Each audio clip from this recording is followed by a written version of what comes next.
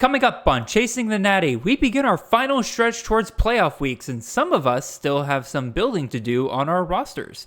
Don't you worry, we'll be taking a deep dive once again into this week's waiver wire options at all of the skill positions. We'll figure out which players you should be targeting and which ones are nothing but phony balonies. All this and more coming right after this.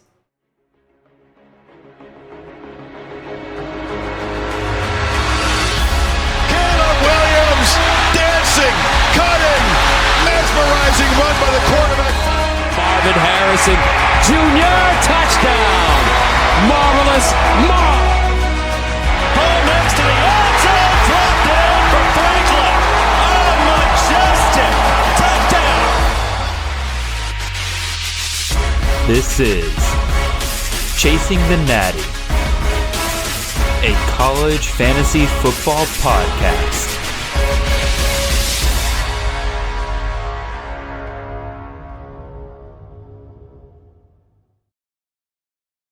All right, welcome in everyone. This is Jared Palmgren, host of the Chasing the Natty podcast. I hope you guys are having a wonderful ride to your work on this Monday morning. We are the College Fantasy Football Podcast on the Campus of Canton Podcast Network. You can find us on all of your podcast feeds and on YouTube every Monday and Wednesday morning during the season at 6 a.m. sharp. If you want to support the great work we're doing here, head on over to campusofcanton.com and subscribe there with one of our stupendous tiers. You'll find everything you need for your CFF, Devi, C2C, and betting needs, including rankings, articles, tools, stats, and even more than that. You can also find me and the show on Twitter. I am at CFF_Jared, and the show is at Chasing the Natty. Speaking of that at Chasing the Natty account, make sure you guys head over there.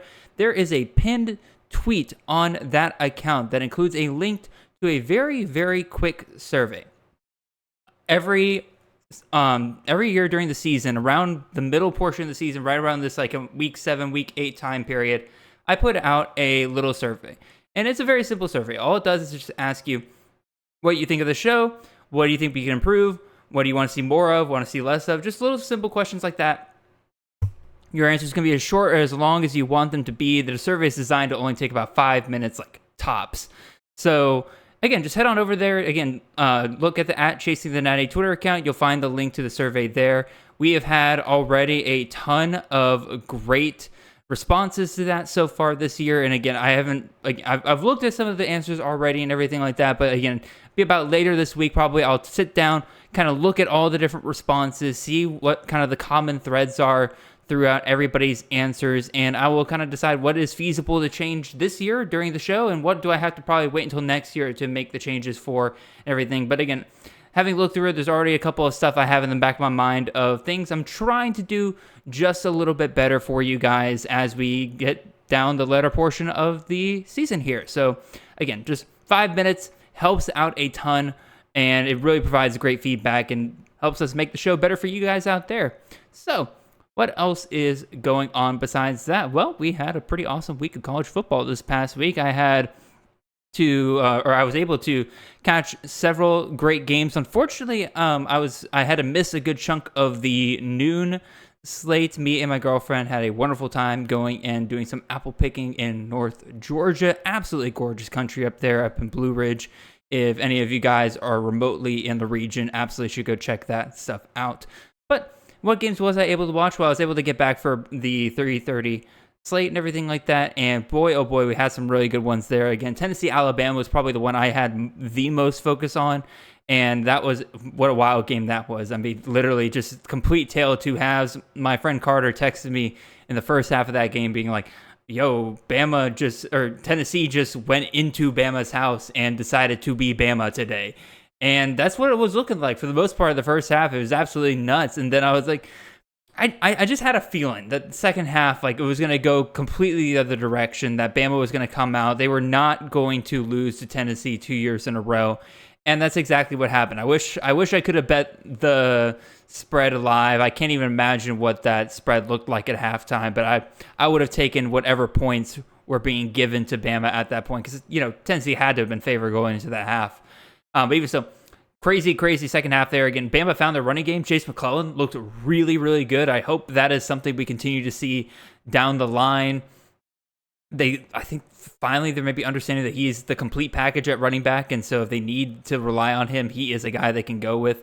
What other games did we had going on? Texas, Houston. I had that one kind of going on in the secondary screen for me throughout the day or throughout the afternoon, and man, oh man, like this whole day had a couple of just close calls with a ton of top teams there.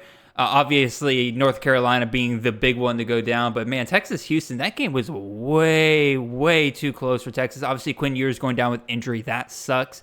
But Houston probably should have taken that game to overtime if we're being real. Like, that was a horrendous spot by the referees at the end of that game. And now, of course, Houston had the chance to pick up the fourth down after that point, but even still, like, it should never have had that fourth down to begin with.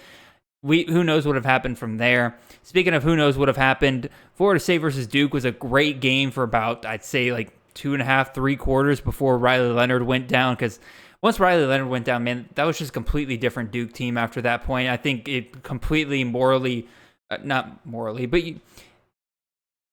morale was super low after Leonard went down. You could tell just all the energy got sucked out of the Blue Devils team at that point. Florida State capitalized. That's what you're supposed to do. But like that game's going to be one of those games at the end of the year where I'm like, what if Riley Leonard stayed in that whole game? It's not like Leonard was like, lighting the world on fire or anything like that, but he was doing just enough to open up the run game. That was kind of the big story throughout the first 2.5 quarters of that game, was that Duke's running game was destroying Florida State throughout a good chunk of it. So like once he went down, their backup quarterback, Beelan, I think his name is, he cannot throw. Like, he might as well not have arms, because that's literally just how threatening they are in terms of the passing game with him back there. So Florida State was able to key in on the running game from then on out. Nothing to worry about from there. Any other ones? I caught the first half of Ole Miss Auburn. That was a pretty fun back and forth. But then end of the night with USC Utah. Man, what a great game that was. Again, it's just fun to see teams go up against USC's defense, because they're just absolutely horrendous. And again, I'm being a bit of a homer here, but it was a little vindicating to see Bear Alexander effectively cost USC this game after all this talk that he was putting out, the USC's fans were putting out about how dominating their defense was going to be, how it was just as physical as Georgia's. Yeah, right. Sure, whatever. Anyway, I'm being too much of a homer there. It was a little nice to see though. And again, good job to Utah and everything. We'll definitely talk about one of their players here today as well. But that was a fun game to really kind of end the night on. I had Arizona State Washington kind of on in the background and everything. But by that point, it had been a long day, so I was kind of settling down. There wasn't too much going on in the midnight slate, so All right, that's enough of me yapping. That's enough talking about this past week in terms of the games I watched and everything. It was a great weekend of college football. There's some games I definitely still need to go back and watch some of in order to get the context of what fully happened. But even so, again, great weekend. We're about to get into some of the waiver wire analysis that we're going to go after. As always, again, we'll talk about the trap players. We'll talk about the players you don't want to be talking. You don't want to be grabbing off the waiver wire. Then we'll go into the guys who do want to go into the waiver wire. One thing I do want to throw out here real quick is I want to tell you guys to go and check out at CFF Lists, their new YouTube channel. It's been up pretty much the whole season. They've been putting out videos this year. Great stuff with their waiver wire pick show. I was invited back on this past week. Great discussion with Jay Mill and Willie B over there, as well as Nino Brown from CFB Nation. We had an awesome show this past week. If you're looking specifically for guys that are going to help you this week, that show is fantastic for helping you out on that. So absolutely go and check out and subscribe to their channel over there. And make sure you go check out that video as well. That's kind of the last little bit of housekeeping I needed to do. So now let's get to the part that you guys actually want to get to. And let's talk about some players here. Let's go ahead and move on over to our Week 8 waiver traps for this week. As always, guys, don't go chasing points in college fantasy football, especially in college fantasy football. There's a ton of variation week to week. You have to be smart about who you are investing into on waiver wires with college fantasy. Context is key in CFF. These guys right here are the bamboozlers. They are the red weddings of college football. They are clearly the traps of this week's waiver wire. Let's go ahead and start with our number one guy here in Gavin Wimsatt, the quarterback out of Rutgers, who this past week went against Indiana, not against Michigan State. I need to fire our graphics person for once again screwing up a graphic. Regardless, Rutgers went against Indiana this past week, and that is probably the last time in the next 3 weeks that we are going to see Rutgers get a matchup like that. Look at this next set of schedules they have here. Wimsatt will be going up against Ohio State, Iowa, and Penn State. I do not think you can go and find a worse 3-game stretch for a college fantasy player, or for a different team. That's a pretty rough and brutal schedule. Ohio State, they're a top 5 defense right now. Iowa, we see what they're winning pretty much most of their games on the back of their defense and the turnovers they're creating. Penn State's defense has been absolutely suffocating this year. It's just not going to happen. And it'd be one thing if Wimsatt had been doing great this entire year against other good defenses. But when you look at it, he got 14 points against Michigan, 15 points against Wisconsin, 10 points against Michigan State. He only got 33 points against Indiana this past week because Indiana couldn't stop him on the ground. He had 16 rushing attempts for 143 yards and 3 touchdowns. He hasn't come close to that in any other game. Probably the closest he got was Wagner, where he ran 2 touchdowns in, but that's an FCS opponent. Against Power 5 competition, he hasn't hit over 43 rushing yards. So this is not going to become a regular thing. Wimsatt is not somebody you should be investing in the waiver wire. I don't care that he had a top 5 quarterback finish this past week. He ain't going to do it again this year. I can almost guarantee you that.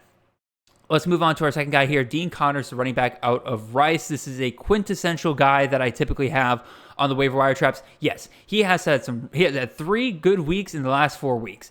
It is a little bit of a unicorn, but regardless, I'm not investing in this guy. He is a guy that is sitting there right around 11 to 14 touches per game for the most part. And he does quite a bit with them, obviously, because he scored multiple touchdowns in 2 out of the 4 games. So clearly they use him, but at the same time, I'm a volume guy. I go after guys who are typically getting anywhere from 18 to 22 touches per game on a consistent basis versus Connors. He doesn't get consistent touches really anywhere. He's gone from 5. He's had 2 games with 5 rushing attempts. In one of those games, he had only 1 reception, so he ended the game with 6 total touches against East Carolina. That East Carolina game, in my opinion, is the quintessential reason why you should not invest in Dean Connors. East Carolina is a team that Rice should have destroyed. It is a team that Connors should have been able to run all over, and he straight up just did not. Five attempts for -1 yards and then 1 catch for 24 yards. Just complete dud of a performance over there. Absolutely not. I don't care that he is kind of finding crazy ways to get fantasy points over the last 3 games. It's just not something I want to invest in long term. Don't like it. I'm moving on. Mike Hollins, running back of Virginia, is the third player we'll talk about here in the waiver wire traps here. And this, I feel like, is mostly self-explanatory. Just look at his performances leading up to this past week. 13 attempts for 20 yards, 2 receptions for 2 yards against NC State. Follow that up with his performance against Boston College, where he was 3 attempts for 13 yards, 2 receptions for 13 yards, and a touchdown. Still, single-digit performance right there. And then this past week, 15 rushing attempts for 66 yards and 3 touchdowns. He has not been a guy that's consistently gotten touchdowns. I think he actually might have gotten more touchdowns this past week than he had combined throughout to this point in the season. Don't check me on that. I think that came off the fly there. Regardless, 3 touchdowns in the game is obviously insane for literally anybody. It's not something you should expect whatsoever. So you bump that down to 1 touchdown. Suddenly you're looking at a 12-point fantasy point performance. Not something you're going to be wanting to do consistently. Is against UNC's defense, which definitely much improved compared to last year. As we saw this past week against Virginia, still can definitely let up some yardage and points at times. And considering how much or how little actually in terms of production Hollins was able to get and just happened to get the touchdowns to go along with it, Not something that I am investing in whatsoever. Too much up and down throughout the season. Not doing it. Another ACC running back here, Damon Claiborne, the running back out of Wake Forest. This is a guy that I had on the Waiver Wire show a couple of weeks ago, actually probably closer to the beginning of the season after his big performance. And since then, it's just been a completely maddening experience with Dave Clawson and this whole running back situation. He's going back and forth between Claiborne and Ellison. Ellison looks really good some weeks. He don't get opportunities some weeks, like against Clemson, where he'll get 19 carries, but then he doesn't really do much with it. He got 60 yards and a touchdown. And then the very next week follows that up with 3 attempts for 4 yards against Virginia Tech. Virginia Tech of all teams. It was super, super weird. Anyway, against Pitt this past week, 14 attempts, 96 yards, 2 touchdowns. 1 reception for 22 yards. Obviously, pretty solid week there. But again, just look at his performances before that point. I don't think anything's changing here. His volume's gone up and down. This isn't like some new, maybe the younger running back is truly taking over at Wake Forest. Next year is Claiborne's time. This year, too much up and down. As long as Ellison's there, I don't trust anything coming out of that backfield for Wake Forest. So completely avoid for me. And last one, this is especially one I want to talk about because I know some people are going to be hopping on this one because we love the potential wide receiver one in this system. But I'm avoiding Jordan Hudson on the waiver wire. He had obviously a phenomenal week this past week. 6 receptions, 82 yards, 2 touchdowns against Temple. Great week. Anytime we see somebody from this wide receiver group perk up or stand up and do well, all of our ears perk up and we're like, maybe, have we found our next Rashee Rice? Have we found our next Danny Gray? Have we found our next Reggie Roberson? Potentially. No.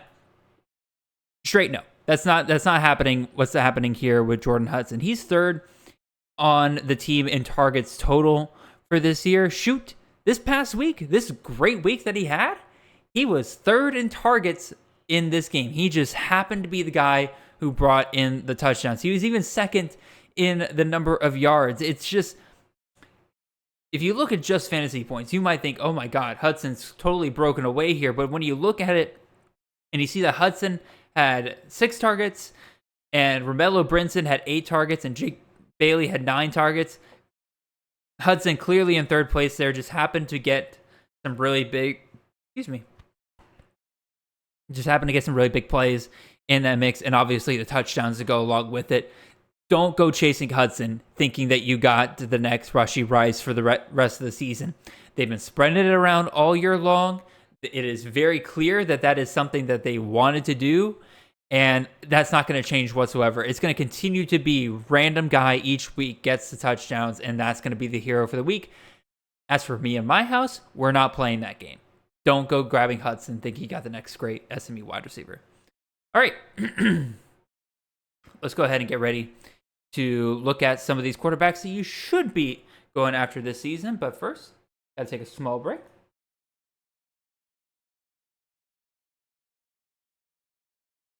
There we go. Feeling very good about that. Got some tea tonight instead of water, so always feeling good. Anyway, those of you watching on YouTube are probably questioning what the heck's going on here because the graphics looking quite different this week, and it is because this week for quarterback, I'm still going to talk about these guys one by one a little bit, but I'm not going nearly as in depth as I did before, and I say that because every single quarterback that I have suggested for this week in terms of waiver wire pickups is guys we've already gone in depth on. In depth pretty recently. Again, a lot of these guys are still widely available in a lot of leagues. If you're struggling at quarterback, if you are looking for guys to plug in for a guy maybe has a bad matchup or it's week 9 I know has a ton of bye weeks all over the wazoo this week, these are the guys you have to be going after. And again, like I've already talked about these, like their stories, how they got here and everything like that. So mostly I'm going to talk about who they are and what kind of matchup they're looking at this week and kind of explaining why it's good for them. Again, pretty much all of these guys have pretty solid matchups this week. So we'll start with Chandler Rogers, the quarterback of North Texas. Talked about him, talked about Eric Morris's offense, talked about my surprise about how well he's doing in the passing game this year. And He's going up against Memphis this week. Memphis is 74th versus the pass, so you're probably looking at a pretty average passing performance from Rodgers, which if you look over the last couple of weeks, you're probably looking at probably around like 275, 300 yards. That's pretty solid. And then you're probably looking at maybe 2 touchdowns, I would say. And then here's the great part. Memphis is 104th versus the rush. That is something that North Texas loves to do, not only with their running backs, but obviously with Chandler Rodgers as well. If they unleash him in this game, he can probably end the day well above his last 3-game total of 34 yards rushing. I think that there's a possibility he has 50 plus easily rushing in this game, probably finds his way to the end zone. He could be in for a really big week going up against Memphis. Another guy we got to talk about here, Jordan McLeod, quarterback out of James Madison. They have been just on an absolute tear throughout the Sun Belt. It's a shame they can't compete for the Sun Belt Championship because, man, they really do look like the best team down there by a good margin. Tons of touchdowns for McLeod over the last couple of weeks, except for the game against Marshall. Well, actually, in the game against Marshall, he had 1 touchdown through the air and then 1 touchdown on the ground. But then against Georgia Southern, 3 touchdowns through the air. Against Southern Alabama, 3 touchdowns through the air. I believe he had 4 touchdowns through the air in the week before that. He has been an absolute touchdown machine, and that's just really what James Madison does with their quarterbacks. I mean, we saw Todd Centeio last year have this resurgence with James Madison as well. Seems to be the exact same thing going on here. And here's the best part. McLeod has a really good matchup this weekend. They're going up against Old Dominion, 105th in the country versus the pass. That, to me, screams 250 plus and 3 touchdowns. Because, again, that's how James Madison typically likes to get their touchdowns. Kalen Black is there, but he has not really been done a ton on the ground in terms of getting touchdowns. They are a team that loves to pass the ball, especially once they get down to the red zone. So I think McLeod is in for another pretty big week there. Another one here, Garrett Green, quarterback out of West Virginia, rostered on 19% of rosters. He's going up against UCF this week. He has been phenomenal the last couple of weeks here, especially once he got into conference games. Passing's been okay. I mean, I say okay, but he had almost 400 yards against Houston 2 weeks ago. This past week, almost 250 against Oklahoma State and 2 touchdowns in both of those games. But man, they have truly, since he has gotten back from his injury, truly unleashed him on the ground, and he has been awesome on the ground. Against TCU, 12 rushing attempts for 80 yards and 2 touchdowns. Against Houston, 12, 47, and 2. And then this past week, didn't get any touchdowns, but 16 rushing attempts for 117 yards. They are letting this dude run. They got nothing to lose over there. And they've got themselves a pretty awesome matchup here against UCF here.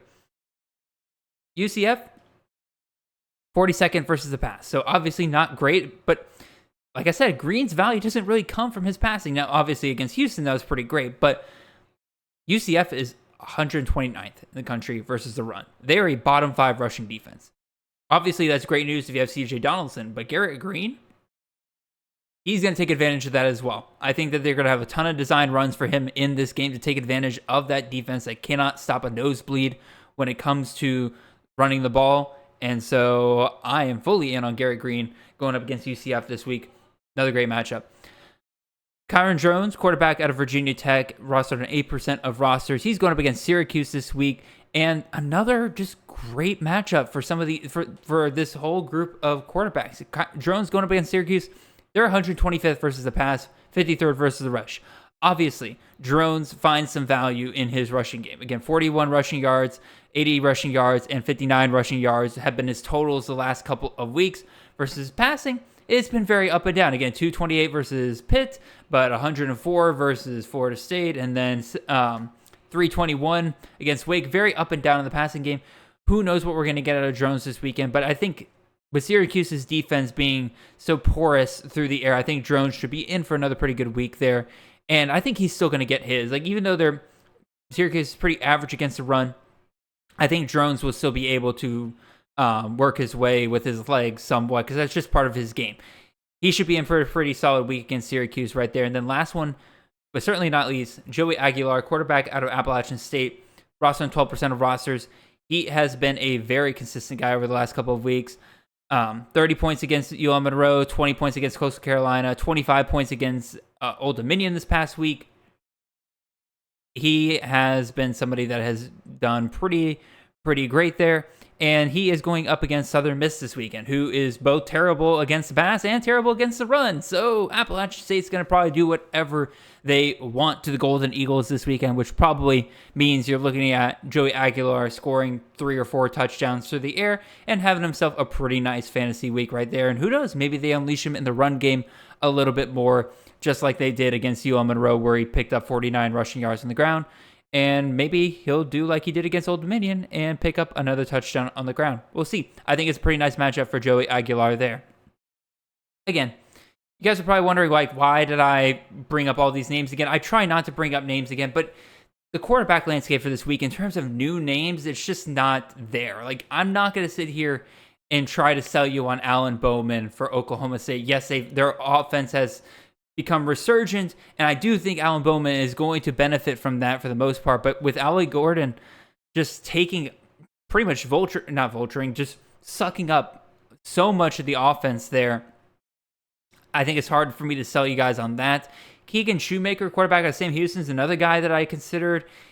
He's been very, very consistent on a week-by-week basis, but like it's been like the 20, 23 fantasy points. He hasn't really had like a dud week or anything like that. That's good to see.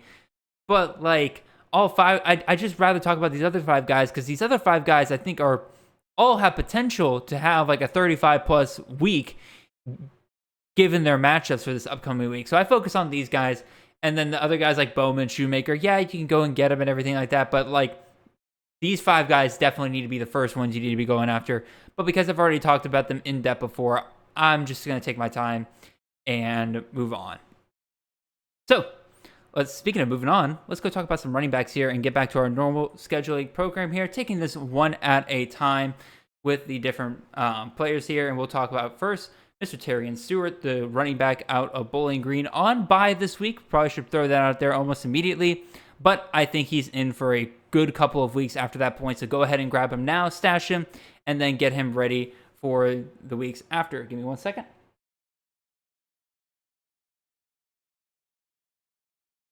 All right, there we go. Never mind. Need a little bit more water. All right, there we go. Much better. Anyway, Terrian Stewart, running back out of Bowling Green. Like I mentioned, love his upcoming schedule.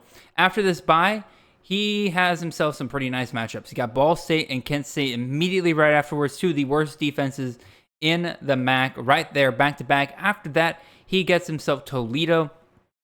Definitely a flip of a coin kind of defensive matchup, because Toledo shut down some pretty good MAC offenses so far this year, but they've also got completely run over by Western Michigan when they did play them. Now, Toledo ended up winning that game, but Western Michigan put up 35-plus points on them, so it's not like Toledo's defense is completely invulnerable.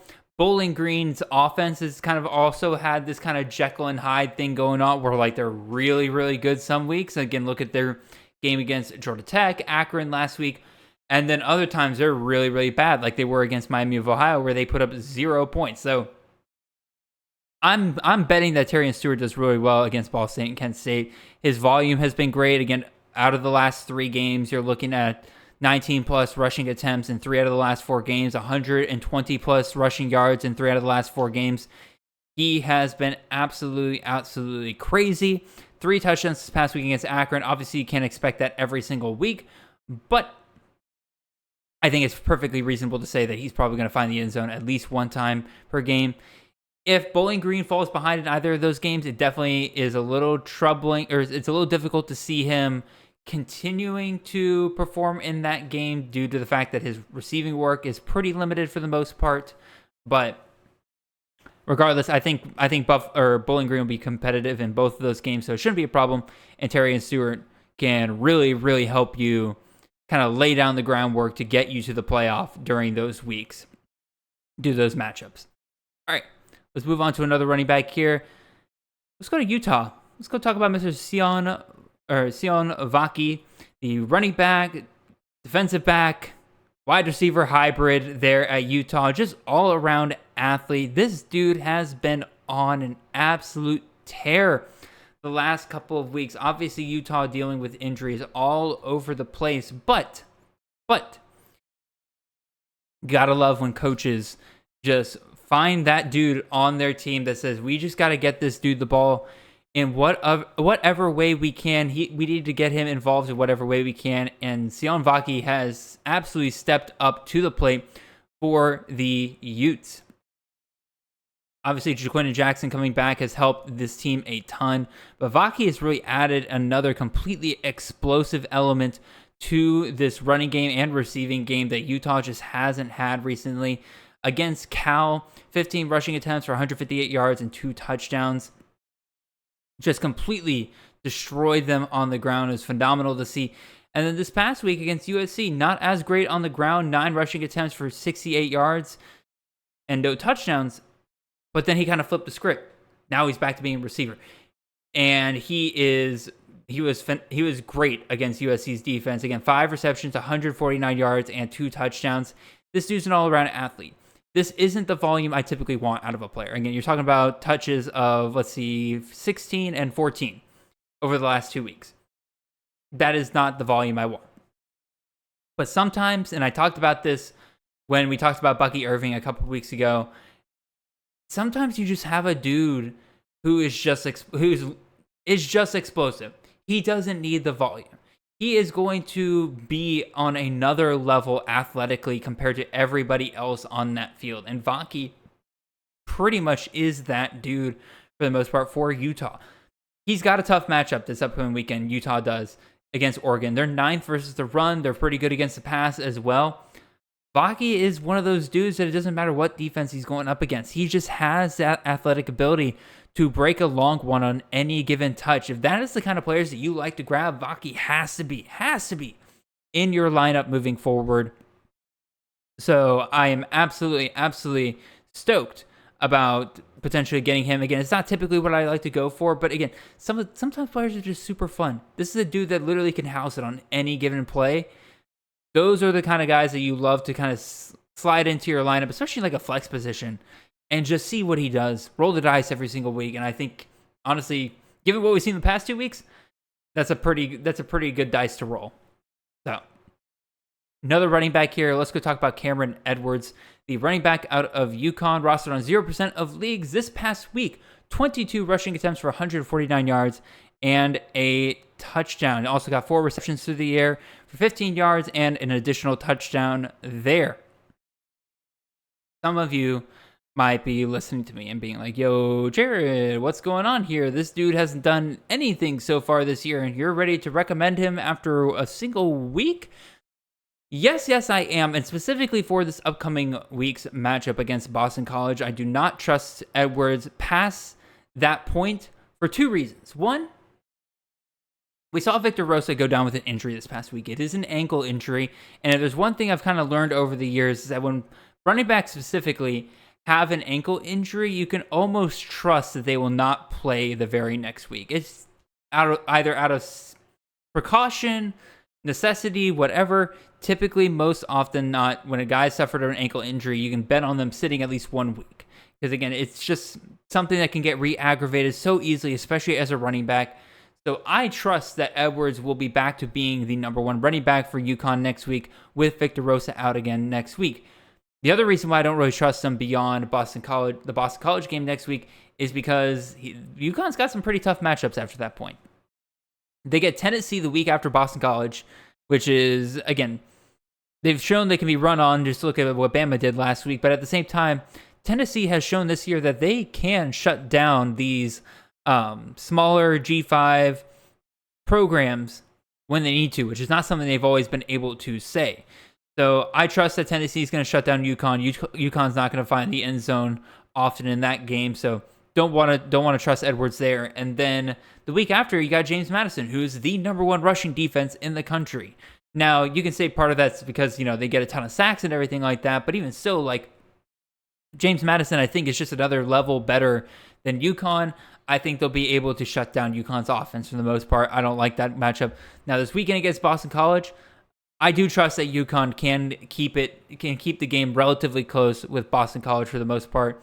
I think you're probably in for another 20 plus carry week for Edwards, which is something you absolutely want to see for anybody you're grabbing off the waiver wire this week. So I'm going to roll the dice on Edwards for at least just this week. So let's move on to another running back here.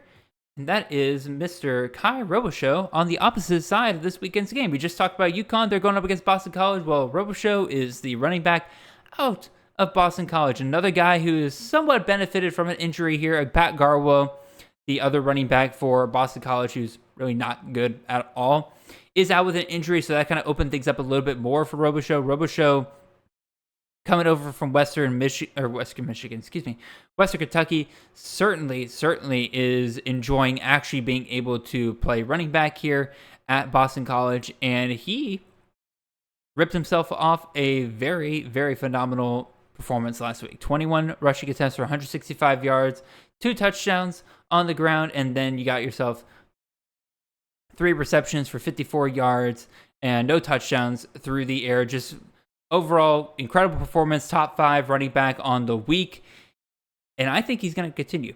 I love the way the schedule is shaping up for Boston College moving forward. They found their identity. They're a rushing team between Thomas Castellanos and Robichaux here. They got 2 guys that any given play, the ball could be handed to, and that's how they're going to run their offense from here on out, especially with Garwo out. It's going to be pretty much these 2 moving forward. I've talked about before that in college fantasy, people talk about stacks between quarterbacks and receivers. This is actually kind of a stack I think you could put with Thomas Castellanos if he's on your team, because any given play for Boston College moving forward, it's going to be either Robichaux or Castellanos that gets the ball. That's some nice volume between those 2 guys for the most part. So fun little stack there. And again, I started talking about their schedule and then I completely went off the side rails there. My apologies to everybody there. Their upcoming schedule is beautiful. UConn, Syracuse, Virginia Tech. Those are all 3 games that Boston College will be heavily involved in. They're going to be competitive in. So I don't really have to worry about Robichaux getting game scripted out, although he does have a pretty good receiving profile as well. If he's getting 20, 25 opportunities per game like he did against Georgia Tech this past week, he's going to be an absolutely phenomenal play for you to grab over the next couple of weeks here.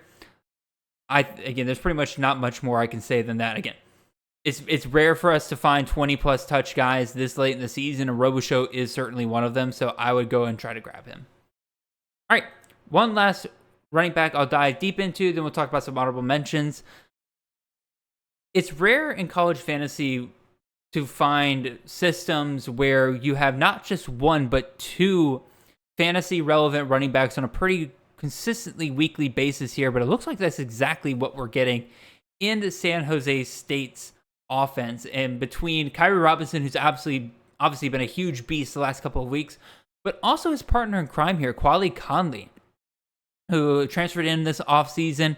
He is another one of these guys. He's not getting the volume I would love to see, but he's another one that's just been super, super explosive. And if it wasn't for Kyrie Robinson performing as well, I think they would honestly have shifted to Conley quite a while ago. He's a starter-worthy running back for, I'd say almost every team in the G5 right now. I'd say well, maybe not Boise State. Obviously got Ashton G&T there, but a good chunk of G5 programs. Conley would be the number 1 guy there.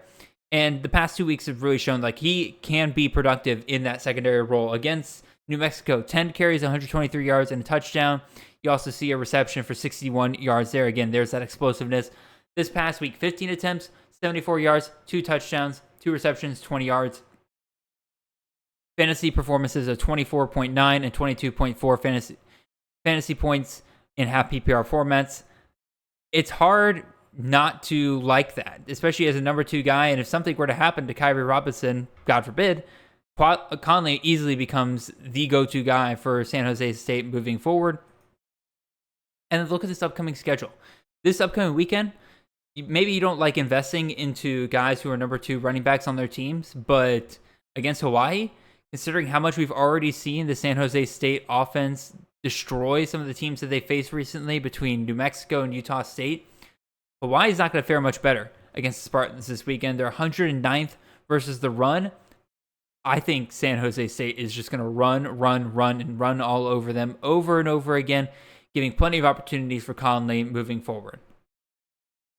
All right, and let's hit up some honorable mentions real quick.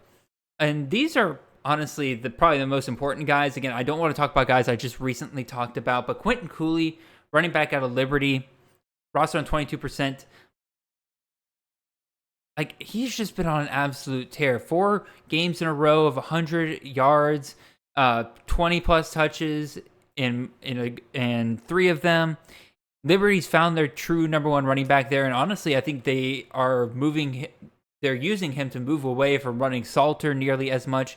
He's also got a phenomenal matchup this weekend against Western Kentucky, who is a bottom 10 rushing defense in the country. You see what he's done against a much better rushing defense the last couple of weeks. He should absolutely eat against the Hilltoppers. Another guy, Mekhi Hughes, I talked about earlier with Kai Robichaux, how rare it is to find guys on the waiver wire that are consistently getting 20 plus touches per week. Mekhi Hughes is another dude, very much like Cooley, 3 plus 100-yard games rushing in a row, 20 plus touches in every single one of those games. He's going up against Rice this weekend, 70th versus the run, so very average rushing defense. Hughes should eat once again. Those are honestly the 2 top running backs on the waiver wire, regardless of the other guys that I went in depth on, because quite frankly, again, it's hard to find guys that are getting that much volume, and those 2 are very much there. And then another guy I'll throw out here, Malik Sherrod, running back out of Fresno State. Seems like that he is a dude that, like, I had the Fresno State offense or the running game all wrong. Start the season, I thought Elijah Gillum was going to overtake Sherrod, render Sherrod irrelevant, even if he came back from injury. Completely had that wrong. He's going up against UNLV this weekend. The 33rd versus the run, but kind of like I mentioned earlier, or in previous episodes, sometimes some of these defenses are the stats are a little skewed in terms of how they do against the run versus the pass. I think UNLV's rushing defense is worse than 33rd, mostly due to the fact that, again, their passing defense is so horrendous, teams don't need to throw on them. And they've also faced 2 passing teams recently in Colorado State and UNLV who don't really like to run the ball that much. So that probably skews things a little bit there as well. Now, how would I rank all these running backs together? Again, I just mentioned some honorable mentions. Like I said, Cooley, Hughes, those are my top 2. They're in a tier of their own. If they're available, they are must pickups. Then I would go Tyrion Stewart out of Bowling Green. Again, obviously with the bye this week, but then those 2 matchups afterwards are very nice. Then I would go Sherrod, Vaki, and Robichaux. Those are probably, that's that next tier right there. And then I would go Conley and Edwards, because those 2 are guys that I like mostly for this week, and then maybe they can have some stuff after that point. It's like, especially Conley, I think he can do well against Fresno State and San Diego State down the line. But those are 1-week rentals for the most part, because I really like their matchups. All right, let's hit up some wide receivers after I take a sip.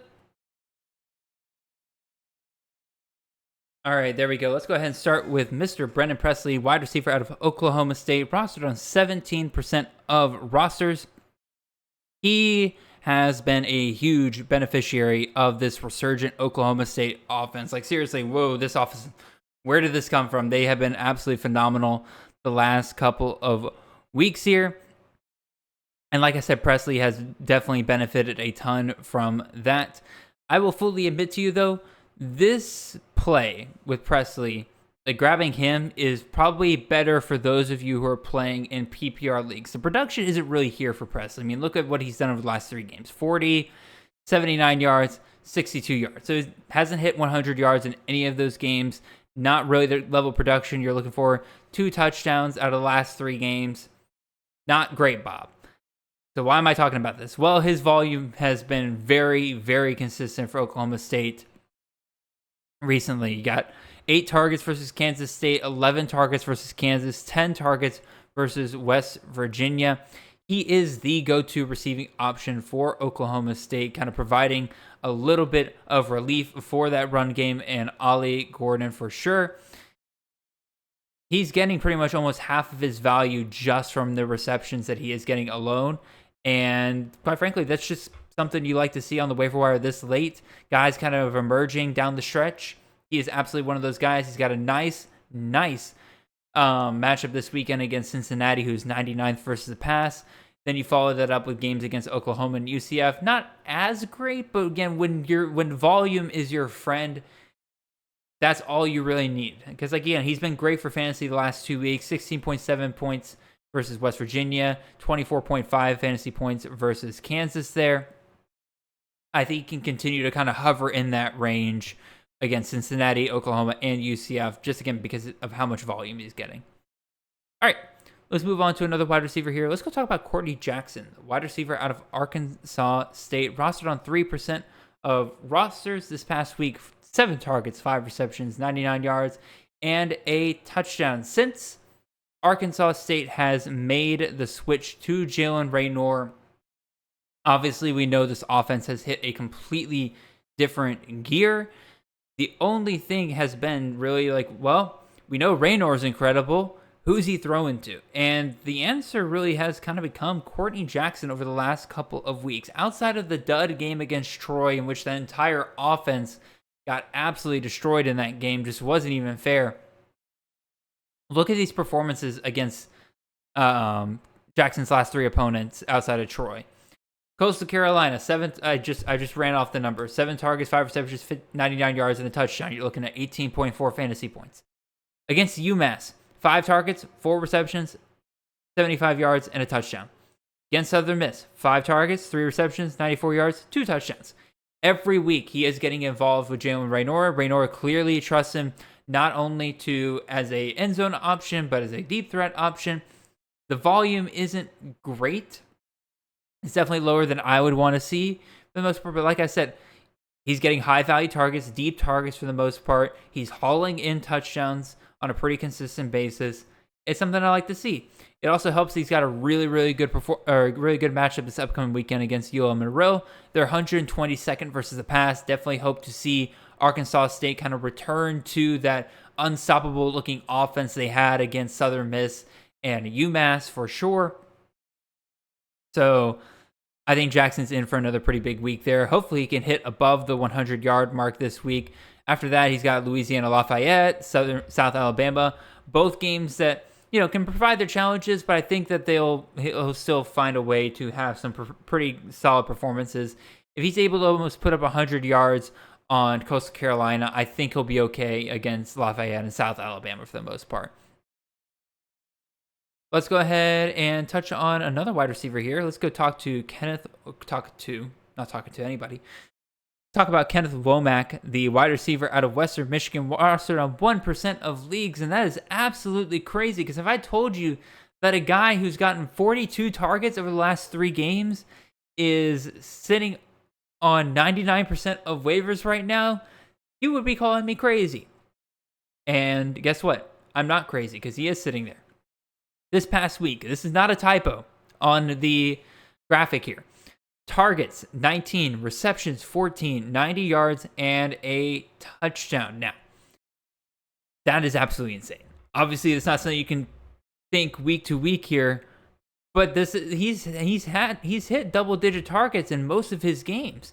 Really, the 2 games recently with Miami of Ohio and Ball State, where he had 7 and 8 targets, actually some of the lowest he's gotten on the season. With this Broncos offense running as many plays as they have been, Womack has easily been the number 1 guy that they have been throwing to. Now, here's kind of the kicker with Womack, and the fact is that he gets a ton of targets, but he's not getting a ton of high value targets. Against Miami of Ohio and against Ohio, 6.6 yards per reception, 6.4 yards per reception. It has just not been he's not a very explosive guy for the most part. Again, in a PPR league, he's absolutely wonderful. You're talking about a guy that, once again, got half of his points last week just from catching the ball in general. Like, this dude got 14 points in PPR leagues last week just for catching the ball. Like, 14 points, obviously not, if you had just that, it's not like, oh, great week, but all he needed after that point was 60 yards, and you're happy with his performance for the week. But he's got some really nice matchups coming up. Again, not this weekend against Eastern Michigan. They've been kind of shutting down a lot of pretty good MAC offenses. But then after that, Central Michigan. After that, Northern Illinois. Eyebrow raised at both of those matchups right there. I think either one of those could be games with this volume. Womac's in for a massive game up and coming. Like, he is in for... There's going to be one of those, like, premier Maction games here up and coming soon where we're sitting there like, yes, this, whatever fantasy matchup he was played in is already over, because by Wednesday night, Womac's coming in with like 40 points, and you're sitting there like, oh, good Lord. I think he's in for one of those weeks. With this kind of volume, there's going to be a massive game moving forward. The only thing is, I just wish he would get a few more touchdowns. It's just unfortunate that Western Michigan loves to run the ball and doesn't really give a lot of opportunities for Womack to bring in the touchdowns. But we'll see. Maybe that changes over the next couple of weeks. Next wide receiver here is going to be somebody that I put on the trap players several weeks ago. And that is Mr. Nick Anderson, wide receiver out of Oklahoma, rostered on 14% of rosters this past week. 105 yards and 2 touchdowns. And you're probably sitting there being like, Jared, you absolutely put this man on the waiver wire traps a couple weeks ago. It feels like you're kind of going back on your word here. What is going on here? And I still stand by putting him on the trap players list several weeks ago. This was not a dude I was willing to invest in. This was a guy that in the 4 weeks leading up to the bye week had 3 targets, 4 targets, 3 targets, and 1 target in those 4 games. Now, he caught touchdowns in every single one of those games. I was not, and I repeat, was not willing to invest in that. I just simply was not. That's just not the volume I wanted. I thought he was getting lucky with the number of touchdowns that he was getting. And for the most part, I was right not to invest in him during those weeks, because the highest he got after his monster game against Tulsa, where he caught 3 touchdowns on 3 targets, was the game against Iowa State, where he caught 3 targets, or caught 2 balls for 56 yards and a touchdown. Just not super phenomenal fantasy production there. Here's the thing, though. This is something some of y'all might be aware of, again, if you follow your own team or just other teams and everything like that.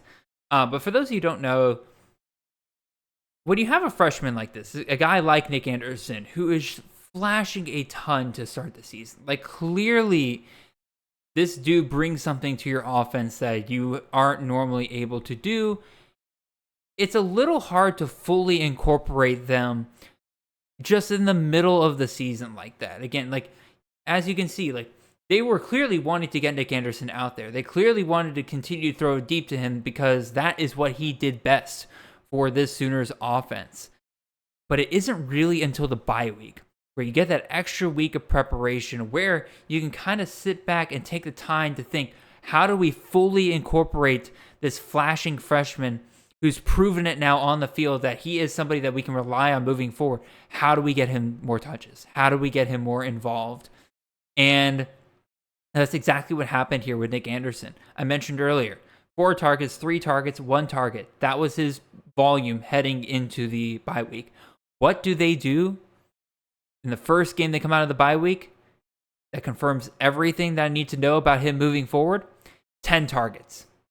Anderson's fully incorporated into the Sooners offense moving forward. He is going to be a guy, I dare I say, he might be the wide receiver 1 for Oklahoma moving forward. He is just super phenomenal, very consistent throughout the start of the season. Now that they're fully incorporating him and getting him double-digit targets like this, I am very much excited about what he has to have, or what he has to bring to the table moving forward. The schedule sets up super, super nicely for him. Kansas, Oklahoma State, West Virginia, all 3 of those are defenses that Oklahoma should handle just fine. Anderson's deep threat ability probably leads to a big play in every single one of those games. I've completely flipped on Anderson. He is a CFF asset moving forward. I grabbed him in 1 or 2 dynasty leagues. I almost traded him away in one of them. And he is clearly somebody that Oklahoma has future plans for. this year. Not next year, this year. Anderson is that dude for Oklahoma moving forward. I am very excited about it. All right. Next one here, Javon Baker, wide receiver out of UCF. I've talked about him earlier this season. He's not the most exciting player in the world. Volume's not the greatest. Again, only 6 targets this past week. But he's quietly been like super, super efficient with his receptions. Like just his past 3 games here. Against Baylor, 37.7 yards per reception. Against Kansas, 21.3 yards per reception. Against Oklahoma, 26.8 yards per reception. He's broken long ones in every single game over the last 3 games. Again, 65 long versus Baylor, 41 versus Kansas, 86 versus Oklahoma. He gets his quarterback, John Rice Plumlee, who clearly favors Baker when he is out there on the field. They got a nice schedule here between West Virginia, Cincinnati, and Oklahoma State over the next couple of weeks. They'll be able to pass on all of those teams. If Baker keeps up this efficiency and continues to be a high-value continue to get those high-value targets down the field and continue to create that create those yards after catch, Baker should be in for a really nice stretch to finish the season here. I think that, again, his targets have been like 6 to 7 over the last couple of weeks. Wouldn't surprise me if he bumps up to around 8, 9, 10 targets in these upcoming games, especially if UCF does fall behind in a few of these games. We will definitely see. Again, not too much to say there. Now, a couple of honorable mentions I want to throw out there about wide receivers. Noah Smith, wide receiver to Sam Houston, double-digit targets for 3 or 4 weeks straight. Roster on 15% of rosters. He's going up against UTEP this week. He's the clear number 1 guy to grab off the waiver wire for wide receivers. Other guys, Reggie Brown, wide receiver at James Madison, and talked about how McLeod and that passing attack has a really good matchup against Old Dominion this week. Absolutely should go and take a shot on Reggie Brown to benefit from that. And then the other one I will throw out here, Will Pauling, the wide receiver out of Wisconsin. It seems like Phil Longo, now that Tanner Mordecai's down, Braden Locke's out there, last couple of weeks, he's really kind of started to lean back into relying on the slot wide receiver for his offense like we saw at UNC and Ole Miss. And Will Pauling has been the beneficiary for that. He's had double-digit targets in each of the last 3 games. I don't love his matchup this weekend against Ohio State. That's a top 5 defense all around. I'm struggling to start Braylon Allen this week, let alone Will Pauling, so I wouldn't go there. But then Pauling has probably the nicest schedule that you can have for a Big Ten offense to finish the season. Like, let me double check. I just want to make sure. I double check this and get this right. Because after Ohio State, yes, it's these 3 teams. He gets Indiana, Northwestern, and Nebraska. We started this show off with discussing Gavin Wimsatt in that horrible 3-game stretch of Ohio State, Iowa, and Penn State, and being like that. You can't find a worse 3-game stretch for anybody in the Big Ten.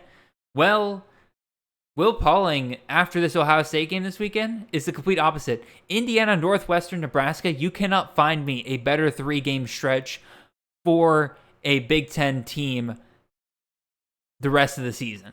And so Pauling after this week should be in for some pretty darn big weeks there, especially if Braden Locke continues to get better for the Badgers. So let's go ahead and finish up here, or not finish up here. Let's go talk about some tight ends real quick. And we'll start off with Oscar Delp. Tight ends are such a wasteland, man. It's hard really being super excited about any of these guys. But for Oscar Delp, we know for a fact that he is a super talented tight end. He is a dude that would be starting on 99% of rosters throughout the season. He had a lot of balls coming to Georgia the year after Brock Bowers, and is basically sitting behind a absolute unicorn and is kind of waiting his turn. Bowers now down for the rest of the year. It is Delp's opportunity to take advantage of this. Now, let me be very clear about something. Delp is not Bowers. Bowers is a unicorn. Bowers is so far ahead of literally every other tight end in the country. The gap between him and the rest of the field outside of Dalton Holker is massive in terms of fantasy points. Like, I looked earlier today, and I did a quick calculation. Bowers will be out the rest of the season. He will earn 0 points in the regular season moving forward. In total points, the number 3 tight end on the year, if they average the same amount they've been averaging, is going to take another 3 weeks to catch up with where Bowers was when he went down a week ago. So in total, it's going to take the third place tight end 4 full weeks of production to catch up to Brock Bowers. That's how far ahead he was compared to everybody else. To assume that Oscar Delp's going to come in here and just be that is just not good process. Again, Delp is great. Delp is a pretty good receiving threat. There's no doubt about that whatsoever. But he's not going to be Delp, or he's not going to be Bowers. He will be better, in my opinion, than probably 80% of the tight ends that you're going to throw out there. One, we know for a fact that he has been involved a little bit already this year. And again, it's not been anything crazy, but 2 to 3 targets every week, touchdowns here and there for the most part. Delp, clearly a guy that Beck can look for and is used to looking for. Speaking of things that Beck is used to looking for, Bowers is not going to be on the field anymore. I actually think this will benefit Dominic Lovett, the wide receiver in the slot there for UGA. But regardless, Delp's going to be on all the same spots that Beck is used to looking for Bowers in. That is still going to benefit Delp. I still think that, Delp's not going to get the 8, 9, 10 targets that Bowers was getting every single week. But if he can get 5, 6 targets every single week, that's going to be better than 80% of tight ends that you're going to roll the dice on any given week. Again, it's a total crapshoot at tight end this year. Might as well go for a guy who's in a system that's shown, they look for the tight end in the passing game and is a pretty talented guy in and of himself. We'll definitely see. All right, let's go through these last 2 tight ends. They're not, again, it's tight end's a wasteland, so it's not anything to be super excited about. Emmanuel Stevenson, the tight end out of Arkansas State, like I mentioned earlier, we know Jalen Raynor is on fire. We need to look for the weapons that he's using. Let's look at Emmanuel Stevenson, tight end there. He is 3rd on the team in targets. They got a really good schedule over the next couple of weeks. UL Monroe, ULL, and South Alabama. All 3 games in which this offense, I think, could take off against any of those opponents there. We'll definitely see, but Stevenson will be pretty involved for the most part there. I definitely like what I saw out of him the last couple of weeks. And we also know that Arkansas State has, they're used to incorporating the tight end into their passing game. Again, Seydou Traore was absolutely phenomenal for Arkansas State last year. I think Stevenson's kind of starting to pick up where Traore left off. Obviously, I don't think Stevenson's going to end the season with the number one, being the number 1 target, number 1 reception holder for the Red Wolves again, like Traore was the year before. But, something I'm still willing to bet on, especially with these nice matchups coming up. Speaking of nice matchups coming up, that is pretty much the entire argument I have for this next guy here. Trayton Welch, the tight end out of Wyoming here. Talked about him a little bit during the preseason. Hasn't really lived up. He's kind of been involved with the Cowboys, especially of late. He scored 2 touchdowns in the last 2 games, so he is doing really, really well for the Cowboys there. And Wyoming's got themselves a really, really nice schedule over the next coming weeks, especially in the passing game, which they are passing way better this year than they have been pretty much ever, as long as I've been watching football from the Cowboys. And like I said, these upcoming opponents are all phenomenal. Boise State, Colorado State, UNLV. Those are all 3 bottom passing defenses in the country. Again, Wyoming, not the team you typically want to trust with the passing game, but again, they've been a lot better this year, and Welch has really kind of come on strong here as of late. And so I think that given the matchups you're looking at there, that's a dice I'm willing to roll. Again, tight end's a complete wasteland, so might as well go with a guy who, over the next couple of weeks, he breaks the right way in some of those games. He could take off against any of those passing defenses, given how porous that they have been recently. So again, just something I'm willing to roll the dice on. Nothing too exciting about any of the tight ends this week, but that's just the way the cookie crumbles sometimes. All right, we got one last topic to cover here, and then we'll get on out of here for you guys. All right, thank you for bearing with me there. Let's go talk about some DST streaming options here. We did really, really well with this last week. Again, we had 3 of our recommended DSTs last week finish in the top 12 on the week. We had SMU versus Temple, they were DST 2. You had Minnesota versus Iowa, DST 7. And then you had Nebraska versus Northwestern, who was DST 12. Really, the only dud I had last week was Wisconsin versus Illinois, which I kept trying to pick on Illinois' offense, and it just kept biting me. So congratulations, Fighting Illini. You have made sure that I will not pick on you for DST streaming options the rest of the year. You made me learn my lesson 2 weeks in a row, so we're not going to do that again. But now let's talk about some options we have this week. We'll start at the top there with Minnesota going up against Michigan State this week. Once again, got to fire the graphics department for switching the logos there. Anyway, Minnesota is going up against Michigan State this week. We just saw Michigan State get absolutely hammered by Michigan. Like, it wasn't even close. They tried changing their quarterback, and it's just not made things really any better for them. That offense is just an absolute mess over there. And we just saw Minnesota. Like, Minnesota is a Big Ten team's Big Ten team. That made some kind of sense, I think. You guys know what I mean. Like, if you wrote up generic Big Ten team on defense, especially, Minnesota's it. Like, Minnesota like embodies like what people think a stereotypical Big Ten team is. They're going to run the ball, they're going to play great defense, and they're going to shut down their opponent. That's exactly what they're going to do to Michigan State this weekend. I feel pretty good about that.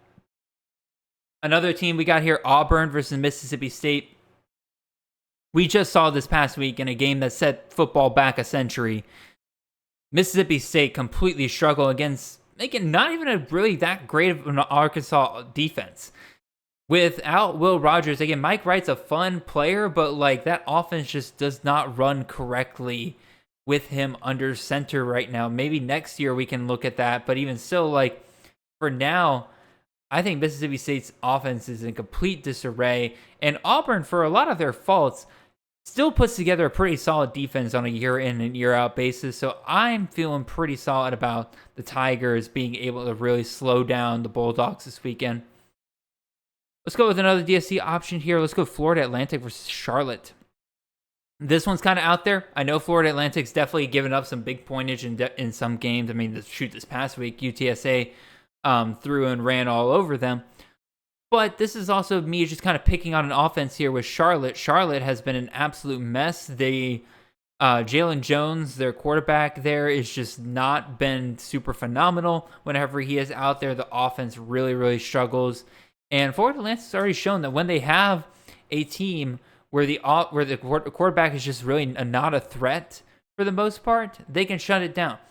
They were able to shut down USF to 14 points, which was very, very impressive in my opinion. If they can do that to South Florida, I think that Charlotte doesn't have a prayer of hitting 2 touchdowns in this game. So I'm going to roll with Owls versus Charlotte.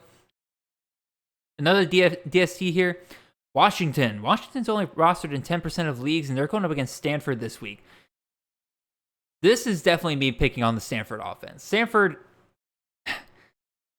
is just a mess. Their backfield is a mess. Their quarterback situation is very up and down. Alec Iominor is fun. Like, he's gotten the volume the last 2 weeks, but again, with the scoring opportunity, I don't want to go there with them.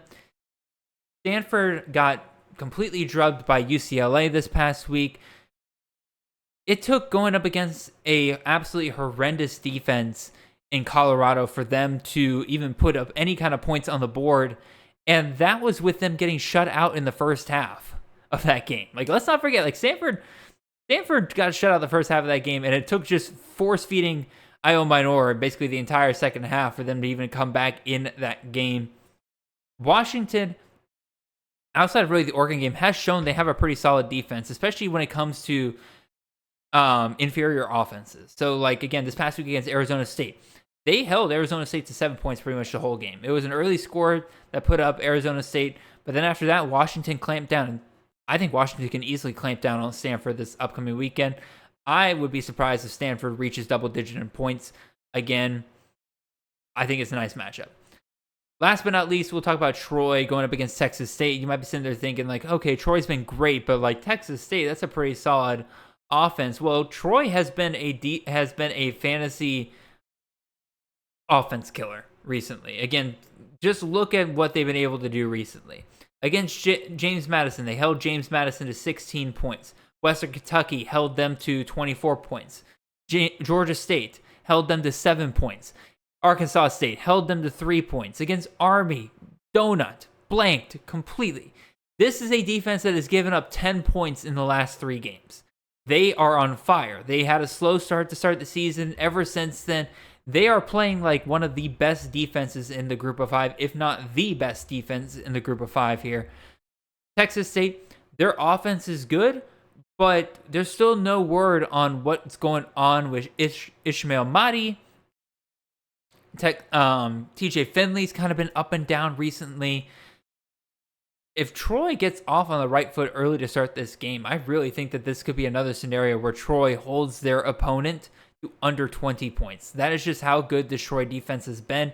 Even a team like Texas State, I think, will struggle here. So I'm just gonna keep riding with Troy as long as they're under 40% here, which is my little threshold I like to do for these DSC streamer options. I'm just gonna keep rolling with it. All right.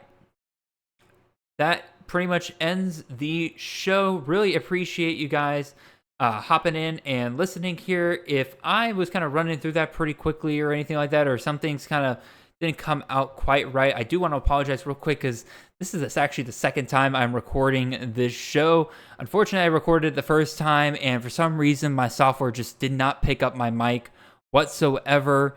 And so it's completely without audio the entire time. And so unusable, had to re-record this. So appreciate you guys being patient with that if things aren't quite as smooth this time around. So, but regardless, again, you guys have been awesome. Again, just real quick reminder, again, 2 things. 1, go to the Chasing Natty Twitter account. 1, follow. 2, go ahead and fill out that survey as well.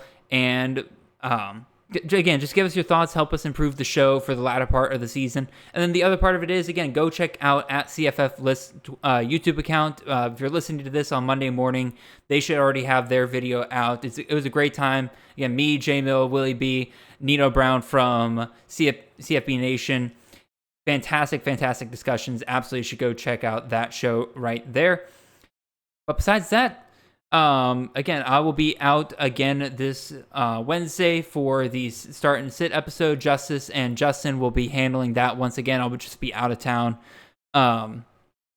Nothing big or anything, just be out of town on the night we usually record those, and so they're taking that on as well. So make sure you guys tune in for that. Make sure you guys tune in to that. Oh my goodness, I'm getting tired. My apologies, y'all.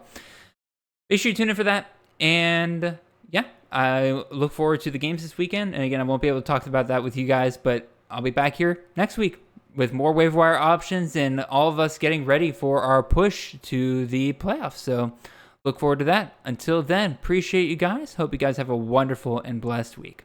See y'all.